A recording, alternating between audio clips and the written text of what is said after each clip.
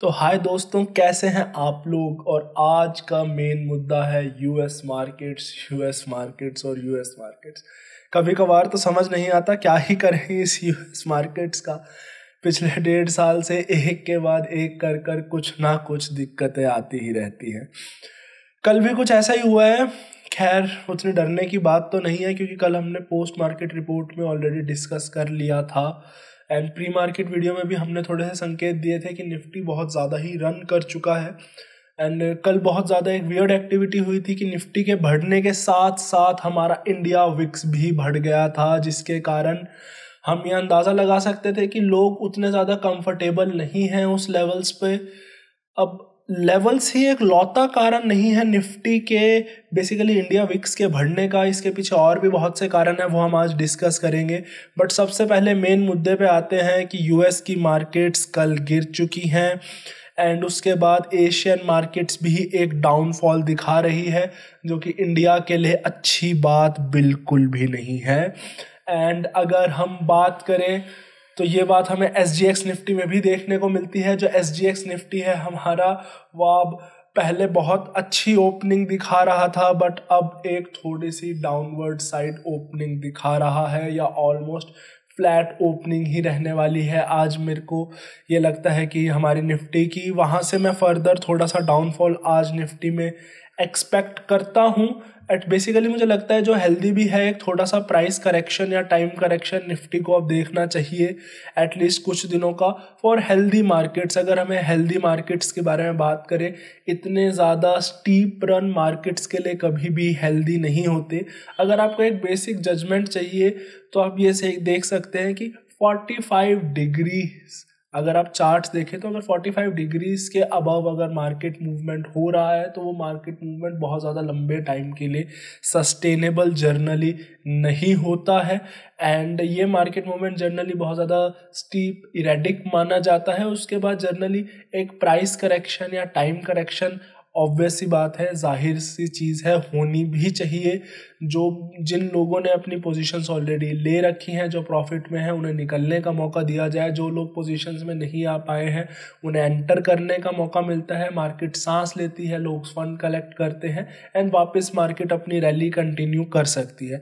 अब भी इंडिया के फंडामेंटल्स वाइज मैं इंडिया को हेल्दी मानता हूँ। ये कोई long term change of view point नहीं है, कुछ दिनों का चेंज ऑफ व्यू पॉइंट है बेसिकली, कि मैं 1-2 दिन के लिए एटलीस्ट, जब तक एक प्राइस करेक्शन नहीं आ जाता या टाइम करेक्शन नहीं आ जाता, मैं एटलीस्ट इंडेक्स में कोई लॉन्ग पोजीशंस आगे नहीं लेने वाला हूँ।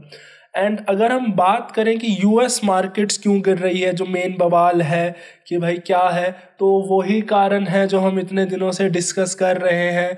लोगों को बैंकिंग क्राइसिस का डर अब भी लग रहा है। यूएस के बैंक्स बहुत ज़्यादा फॉल करे हैं। कल सबसे ज़्यादा विक्टिम यूएस के बैंक्स ही रहे हैं।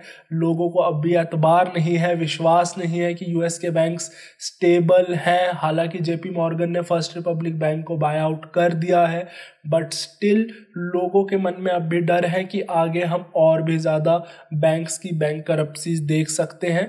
इसके पीछे जो जर्नल कारण है, अगर आप सारी इकोनॉमी को फॉलो कर रहे हैं तो आपको कहीं ना कहीं पता चलेगा कि इतने रैपिडली रेट्स को गिराना और उसके बाद इतने रैपिडली रेट्स को बढ़ाने के कारण बैंक्स के लिए अपने फंड्स मैनेज करना बहुत ही ज़्यादा मुश्किल हो गया था। जो बैंक्स फेल हुए हैं उनमें अपने भी बहुत से कारण रहे हैं। उन्होंने अपना रिस्क मैनेजमेंट अच्छा नहीं रखा एंड उन लोगों ने बहुत एक्सेसिव फंड्स लिए या रिस्की पोर्टफोलियोज बनाए, वो उनके पर्सनल कारण हैं। बट वो चीज़ इन प्ले ना आती अगर इतने इरेडिक इंटरेस्ट रेट मूव्स हमें देखने को ना मिलते यूएस मार्केट्स के अंदर। First time in US history इतने स्टीपली, इतने शॉर्ट ड्यूरेशंस में इतने ज़्यादा रेट इंक्रीज हुए हैं। बहुत मीन्स हिस्टोरिक मोमेंट था जब इतने ज़्यादा रेट डाउन हुए थे एंड इतनी ज़्यादा मनी प्रिंटिंग हुई थी।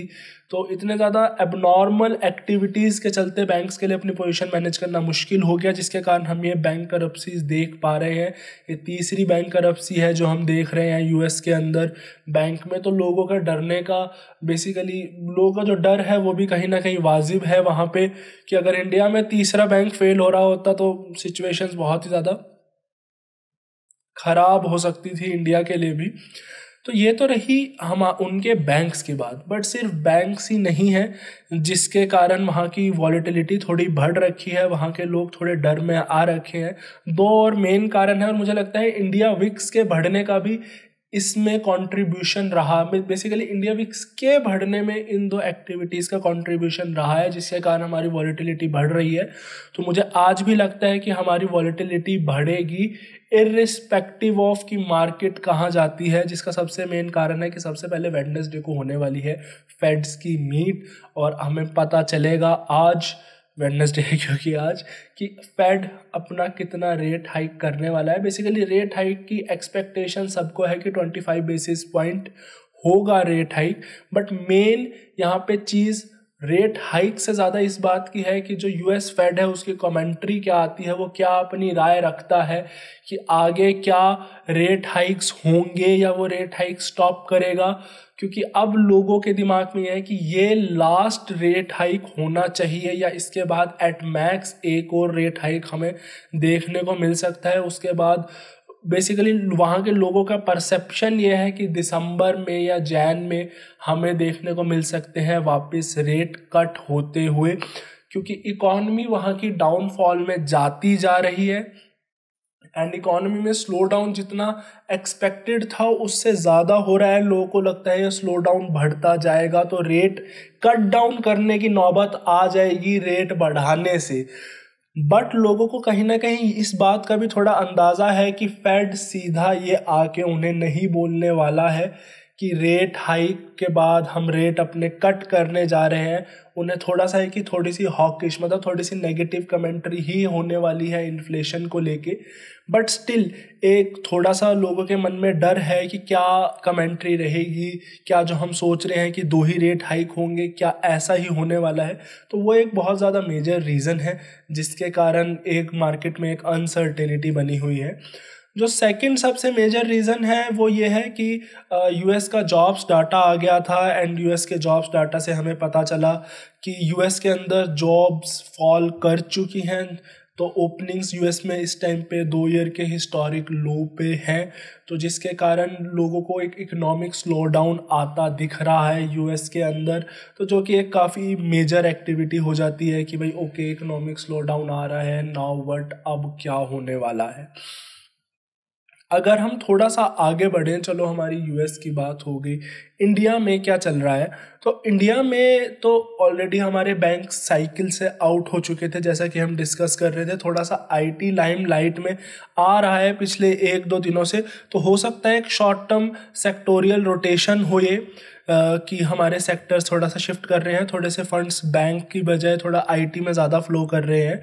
बट अब भी एफआईआईज पॉजिटिव हैं, तो अभी उतना डरने की अभी भी उतनी कोई बात नहीं है। मोमेंटम इंटैक्ट है, एफआईआईज हैं तो मोमेंटम हम एक्सपेक्ट कर सकते हैं, क्योंकि एफआईआईज द्वारा बाइंग अच्छी हो रही है एंड डीआईज उतना सेल नहीं कर रहे हैं अभी हैविली। एफआईआईज ने कल भी हमारी बाइंग करी थी, काफ़ी अच्छी बाइंग करी थी एफआईआईज ने। तो एफआईआईज की बाइंग चल रही है, डीआईज उतना सेल नहीं कर रहे हैं, जिसके कारण हम मार्केट में मोमेंटम ऑफ कोर्स देख पा रहे हैं। तो थोड़ी सी नेगेटिव बातें चल रही हैं इंडिया में, उसमें से सबसे मेजर बस एक ही बात है कि वादिया ग्रुप है बेसिकली कोई, जिसकी है हमारी गो फर्स्ट एयरलाइन, उसने बैंकरप्सीज के लिए फाइल कर दिया है। अब इसके 2 एस्पेक्ट हैं जो मैं शेयर करना चाहूँगा। सबसे पहले बहुत ही ज़्यादा शॉर्ट टर्म में जब मैंने न्यूज़ पढ़ी तो मैंने एनालाइज करा, तो बेसिकली मैं जैसे सोच रहा हूँ मार्केट्स के बारे में, तो मुझे लगता है कि बहुत ही शॉर्ट टर्म में बेसिकली 1 या 2 दिनों के लिए मुझे लगता है एयरलाइंस हो सकता है इसे थोड़ा सा नेगेटिवली ले। बट जो एग्जिस्टिंग प्लेयर्स हैं उनके लिए थोड़ी अच्छी बात है, क्योंकि समर्स का टाइम आने वाला है, लोग फ्लाइट समर्स में ऑफ कोर्स ज़्यादा बुक कराते हैं, तो उस टाइम पे उनके पास एक अच्छी होल्डिंग होगी कंपटीशन कम होने के कारण, कि वो अपने रेट हाइक्स कर पाएंगे। एंड इंडिया में अब भी एयरलाइंस बहुत ज़्यादा मास प्रोडक्ट नहीं है, तो जिन लोगों को ट्रैवल एयरलाइन से करना है वो ही सिर्फ एयरलाइन से ट्रैवल करते हैं, तो उनके अंदर बेसिकली एक प्राइस हाइक से कारण मुझे बहुत ज़्यादा नहीं लगता कि लोग एयरलाइंस पे जाना कम करेंगे अभी एटलीस्ट। मे बी अगर इंडिया में एयरलाइंस थोड़ी मासली एक्सेप्टेड होती तो फिर भी एक काफ़ी फियर हो सकता था कि या अब शायद से लोग एयरलाइंस का थोड़ा सा हमारा वो कम हो जाए, वॉल्यूम्स कम हो जाए पैसेंजर्स के। बट स्टिल एक फियर है मार्केट में कि हो सकता है कि हमारे एयरलाइंस के वॉल्यूम्स कम हो जाए। अगर हम थोड़ा फर्दर बढ़ें तो निफ्टी में अगर हमें डाउनफॉल देखने को मिलता है तो एक शार्प डाउनफॉल की प्रोबेबिलिटी कल थोड़ी सी कम हो गई थी क्योंकि हमारा विक्स इंक्रीज हो गया था, बट स्टिल हमारी पुट पोजीशंस काफ़ी हैं अब भी मार्केट में। तो एक अगर एक सब्सटेंशियल डाउनफॉल आता है तो ऑफ कोर्स हमें एक शार्प डाउन टर्न देखने को मिल सकता है।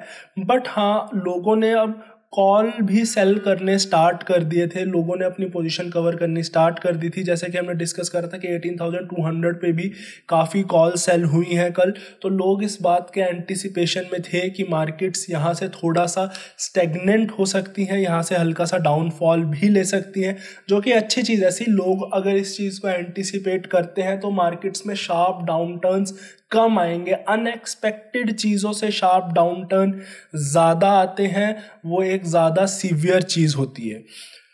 अब एक बिल्कुल ही थोड़ा सा डिफरेंट टॉपिक है, मैं तभी थोड़ा सा एंड में रख रहा हूँ।